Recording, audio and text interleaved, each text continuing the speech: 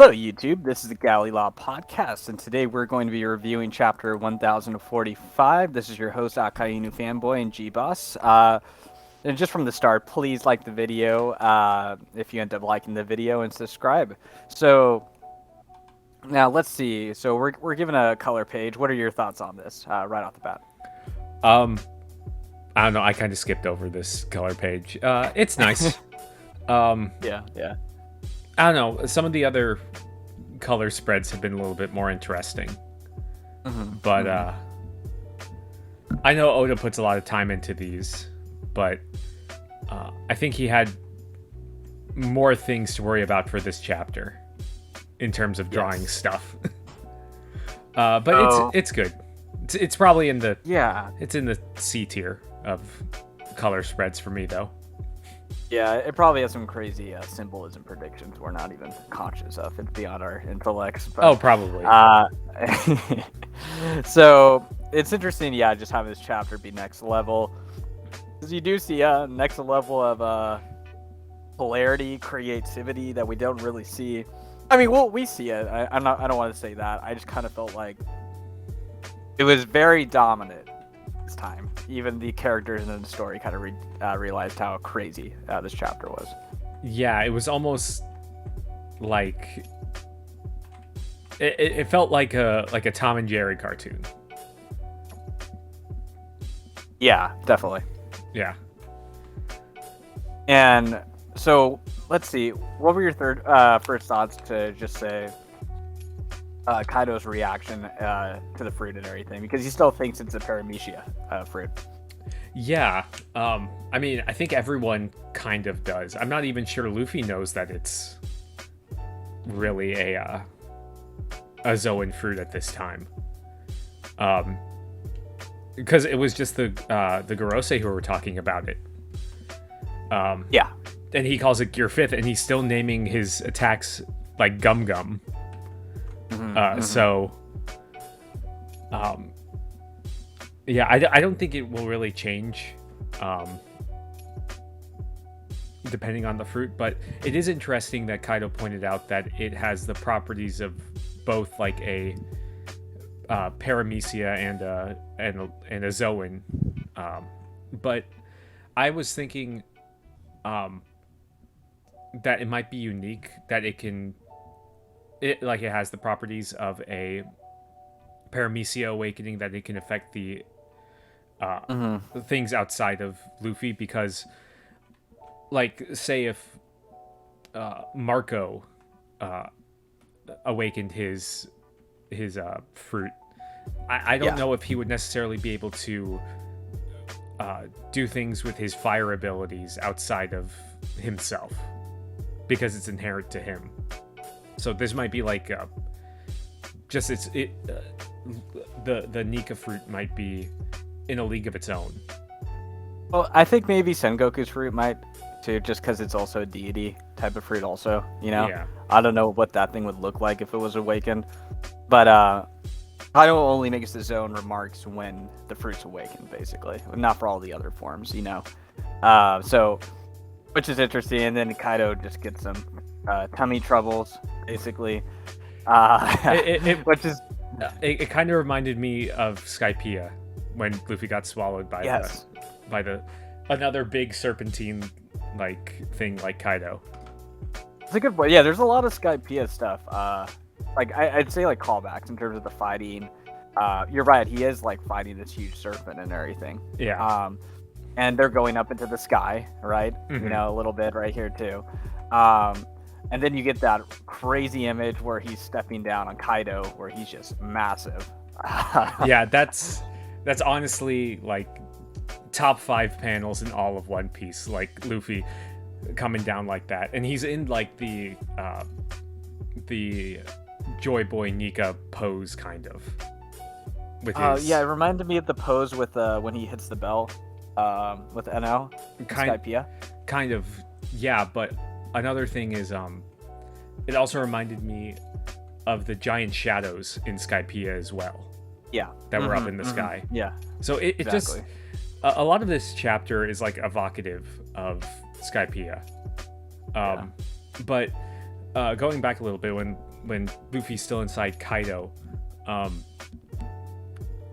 like Kaido remarks, like, "What's wrong with me? My body isn't made of rubber." So like Luffy's actively changing Kaido's body into rubber, so that way it's not like disgusting if Luffy were to like inflate and Kaido would have exploded. Yeah, and it's interesting, like, what Kaido's awakening's probably going to be, because I think Oda's going to make a point to show what it's like when it's awakened, basically, you know? And I'm curious to see what that's going to be, if it's going to be a similar changing the environment like Luffy's is. But is Kaido's a mythical? I'm blanking right now. Or is it just a regular zone? I think it's just a regular Zoan. Okay. The fish. Oh no, it is a mythical. Oh, it is. Okay. Yeah. So I'm curious to see what his, because I think if I had to predict, I'd say next chapter we might see his awakening. You know, in response to Luffy's awakening, kind of thing. And yeah. Oh, I was gonna say, back when like Luffy's still inside, like he can see through Kaido's, like he can see the light shining through Kaido's eyes, and like I was kind of confused when I first read it. Like so he rubberizes Kaido's eyes and like puts his hands through it like a glove, kind of, and then rockets himself out. Yeah, and it didn't really make sense to me when I first read it, because I expected to see like the pupil kind of thing of Kaido's eyes, if that were the case, still there, because it kind of like Luffy's kind of shoving himself through his eyes. Yeah, oh, for sure. But and then we get like, oh no, you go ahead.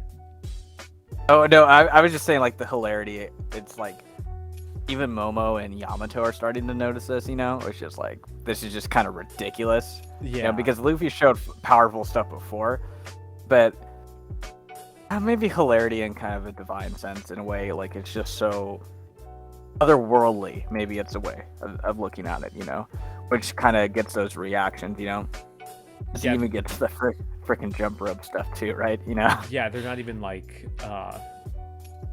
comprehending like what's going on. But and the blast breath actually did something too. Yeah, he turned into Afro Luffy again. Kind of. Yeah. But so I don't know. It's cool to see Kaido actually do some form of damage in his full zone form, because it felt a little underwhelming on the first part of the rooftop with it, you know. Yeah, but I do want to say that just kind of going through all of this, it seems like Kaido is taking damage, but he's more kind of thrown off by this power rather than it being a straight up power boost for Luffy. Because Luffy's hitting him with a bunch of stuff, but he's not necessarily taking more damage than what he was before. Which I kind of like, because it kind of balances the power scaling, because it's not a straight up power up. It's just he can use all these different abilities now, and he uses them in his own. It's harder to predict. Yeah, it's kind of like Snake Man with Katakuri a little bit. It wasn't like more power; it was just harder to predict. You know. Well, now it's even more harder to predict, because like it looks like he can do anything at this point.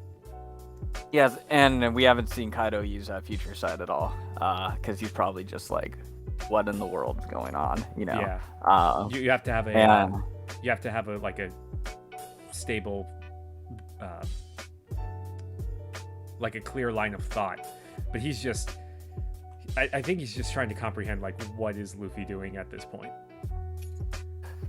Yeah, and so when he, like, basically he gets more serious, he goes back into hybrid, Conqueror of Three Worlds, and you know, just gives Luffy a good beating, and pops through. And again, it's like everybody is like seeing how crazy this is. I'm curious. I mean, do you think it was a gag with Kid Law and all and Nami with their eyes popping out, or do you think he was actually changing them too, rubbery speaking? That's the thing, because I was kind of thinking about this because I was thinking back to like the crazy faces that we saw. We saw like Enel do it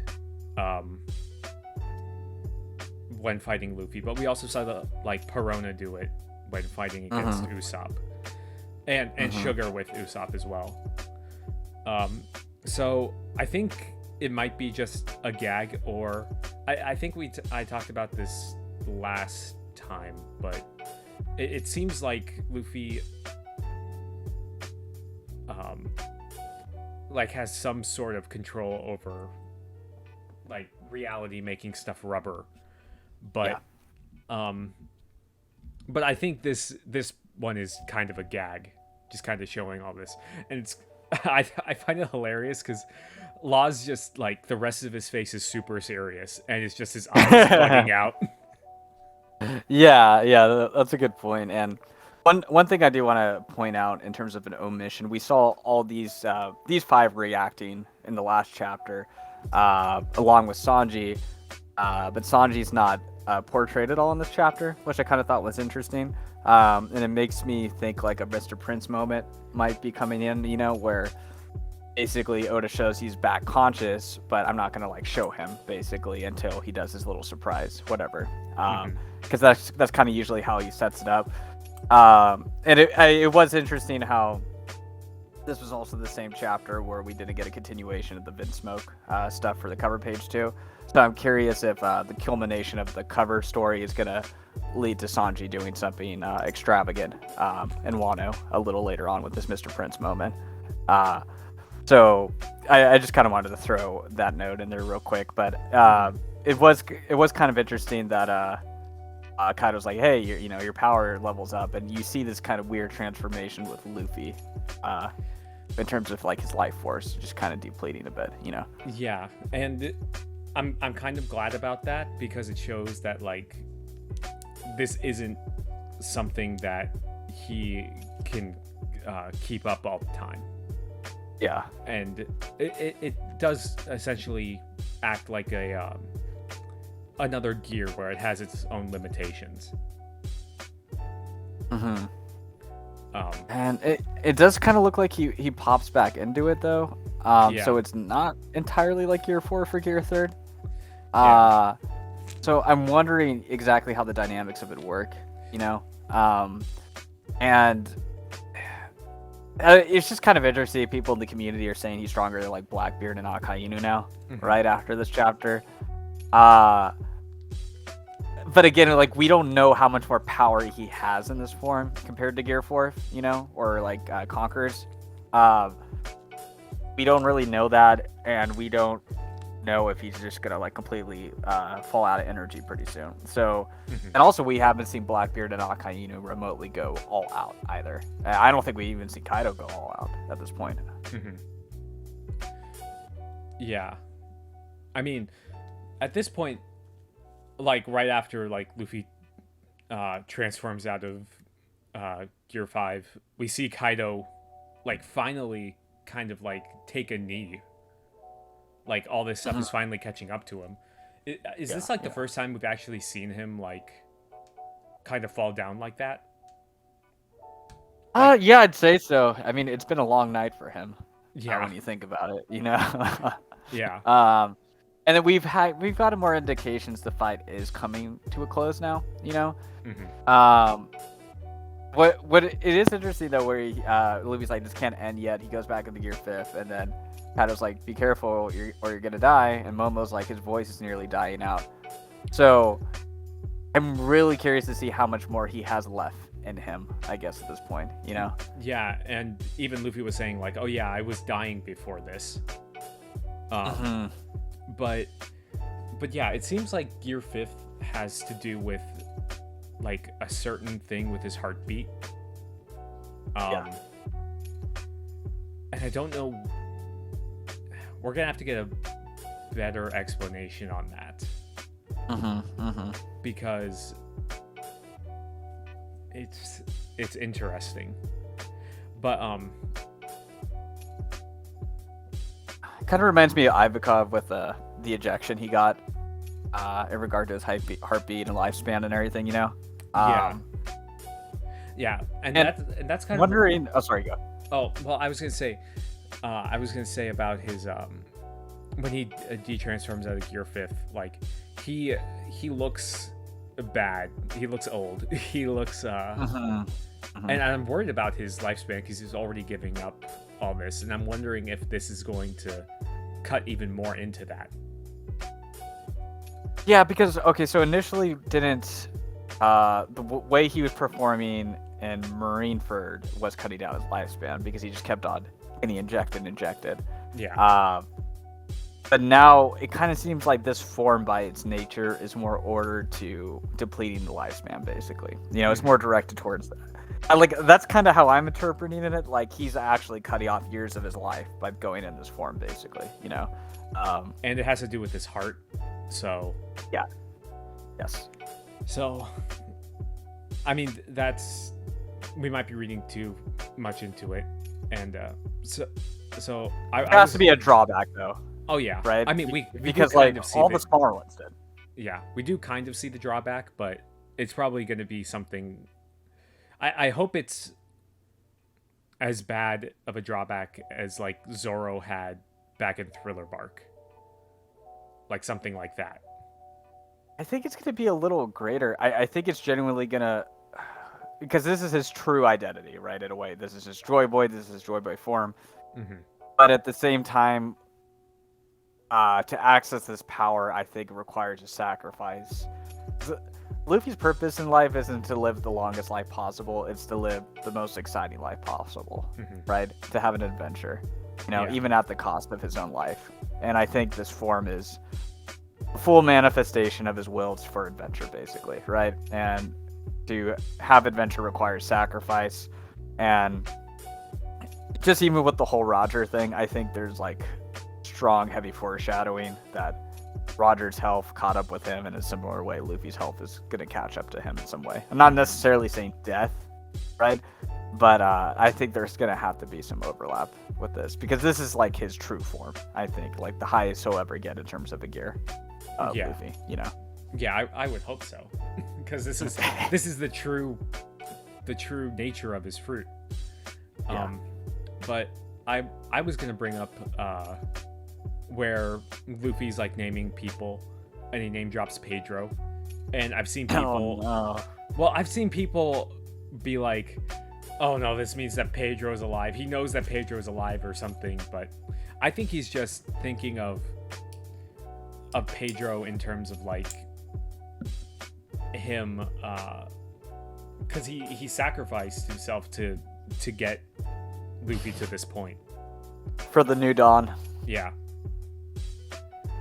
And I don't think that, I mean, people kind of meme on Pedro because he couldn't even take out like Paraspero. Yeah. And but I think that his sacrifice was important. Like it shows kind of like what taking on an emperor entails. And do you think that that's been kind of lacking in Wano? Because we really haven't had that many sacrifices in Wano. Yeah, because you see the Scabbard show, and it's just kind of laughable. To be perfectly frank, with Kinemon and Kiku and Ashura Doji's just gonna pop back up. You know, Raizo like, being set on fire. That was like a gag. And I think the Scabbards are perfect to sacrifice. Yeah. You know, like we never saw Queen or King really take down anyone significant, and I like that in Marineford. You know, where like Jinbei takes down Moria. What was it? Doflamingo annihilates Oars. and then you had like Akainu taken out some Whitebeard commanders. Jozu got taken out by Aokishi. It was like a back and forth. There's no back and forth with this. It's pretty one-sided when you think about it in terms of big name characters. Fodder, I don't care. So it would have been cool if King or Queen killed a Scabbard. Yeah. But that didn't happen. So as a result, you don't really feel a tug of war. It's just one-sided. There's no sense of sacrifice. It doesn't really feel like a war in that respect. And that's kind of been one of my critiques when it comes to Wano and Onigashima. Yeah. Yeah, because we kind of talked about like how the Tobi Roppo got taken out like kind of easily compared to everyone else. And even, I mean, relatively speaking, I think even King and Queen, like, I don't think we got the level of intensity or that we had even in like Eni's lobby, which is kind of similar, invading an enemy's stronghold with limited numbers. So yeah, but that's just tangent that we're getting on. Oh no, I think it's valid because it's just I think Whole Cake there's bigger stakes, to be perfectly frank. Yeah, Whole Cake felt. Yeah, Whole Cake there was a lot because it was basically like escaping. Yeah. And so I don't know, like Pedro, I just don't want Pedro to come back up for obvious reasons because I kind of like how Pound got brought back too. It just got the will of P is strong. Yes, it's powerful. And so yeah, we get a couple more panels of just kind of more of the animation. Luffy's face gets messed up. I think one thing I don't really like as much in this form, it's kind of harder to tell if Luffy really is in pain or if it's a gag. He can say like, yeah, I'm in pain, but it's harder to showcase, showing rather than telling. Yeah. Well, speaking about that, like, after Luffy gets hit back or gets into the Gear 5th again, we like see Kaido going to go hit him, and Yamato's like, Luffy, watch out. And you see like Luffy look behind him at the club, Kaido's club, and then Kaido hits him, but it almost kind of looks like he like morphed his face to match the club. You know what I mean? Yeah, no, that's like to kind of soften the hit a little bit, you mean? Yeah. Yeah. Yeah, no, for sure. And I think because, like, just when you get to the next panel, he's saying, like, he's using the color of Armament and Supreme King transfers powers to other things. So maybe, like, observation is a work in there, too, though. So, like, kind of help predict and form these attacks. And which is kind of just a little power scaling. Kaido saying, there's no one in this world who can defeat me. I think that's funny. Just you could say, oh, well, Kaido's not credible. Let's talk about himself. Kaido's kind of brutally honest, to be honest. He doesn't really gas himself up for no reason. He's not willing to lie. He doesn't like to cheat. He wants like the battle and everything. So it is interesting how he himself, I guess, sees himself stronger than Shanks or like Akainu or Blackbeard, if you will. Yeah, I mean that's a whole nother debate on whether or not on a one-on-one they can beat him. Yeah, it depends if the narrator, if we trust the narrator, if we trust Kaido, I guess. But then we see that weird punch it through the face attack, from Luffy, and again, another reaffirmation. Isn't this fun, Kaido? Yeah. But yeah, I'm wondering if Kaido, I don't know if I'm reading too much into this, but when Kaido says like, there's no one in this world who can defeat me, I'm wondering if it's because like Luffy's fruit is based on like this legendary god, if that like would kind of play into it. Because I think there is a sense you could read that in. Yeah, there is a sense you could read into that. Yeah, because it's like the chapter title, Next Level. It's a level above the world, it's like, and I'm wondering if that could even mean like this world, because of the whole thing with the Lunarians and coming from the moon and all of that. So I mean, Nika might not even be from this world. Yeah, it's like a new era too, right? New era, and then there's the new world also. You know, like I think there is like a distinction of worlds and hierarchy for sure, built into the One Piece universe, and I think it's also partially. Remember, he was complaining how Whitebeard died. You know, so and Odin. I think there's some people we just like. Well, they're dead, and there's just you, right? So if those guys are gone, then there's like nobody I can defeat, kind of thing. Yeah. We weren't given Kaido's title until after Whitebeard's death. 1v1 bet on him, you know? And he was defeated previously, right? And he's obviously cognizant of that, right?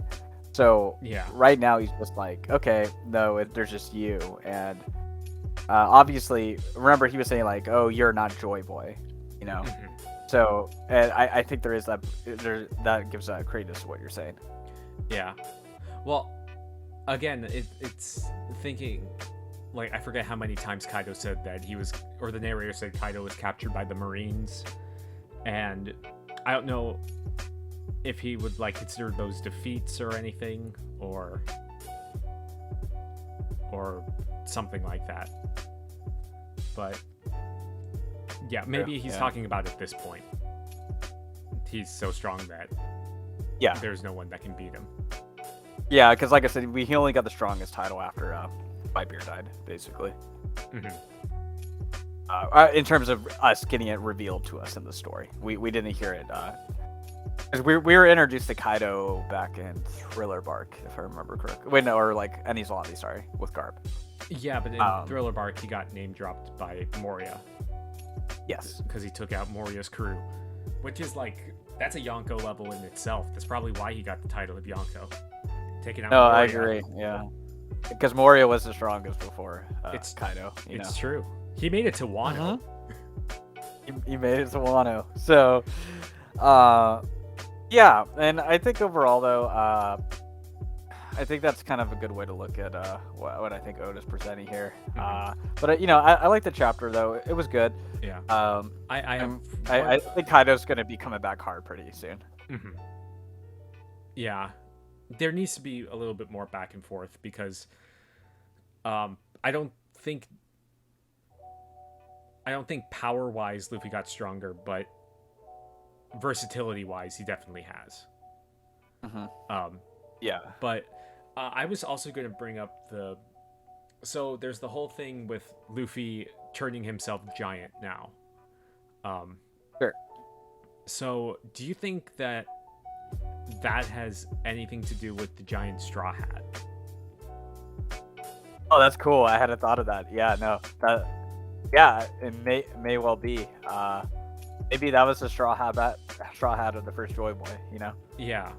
And maybe it somehow links to the giants as well. Maybe like maybe Nika has like connections to like the Lunarians and the giants. Yeah, because those two ancient species are given the most hype, if you will. Yeah. In the One Piece story, you know. Yeah, but it's it's interesting about the straw hat. Although the straw hat actually might be a little too small for Luffy at this point, even the one in the vault.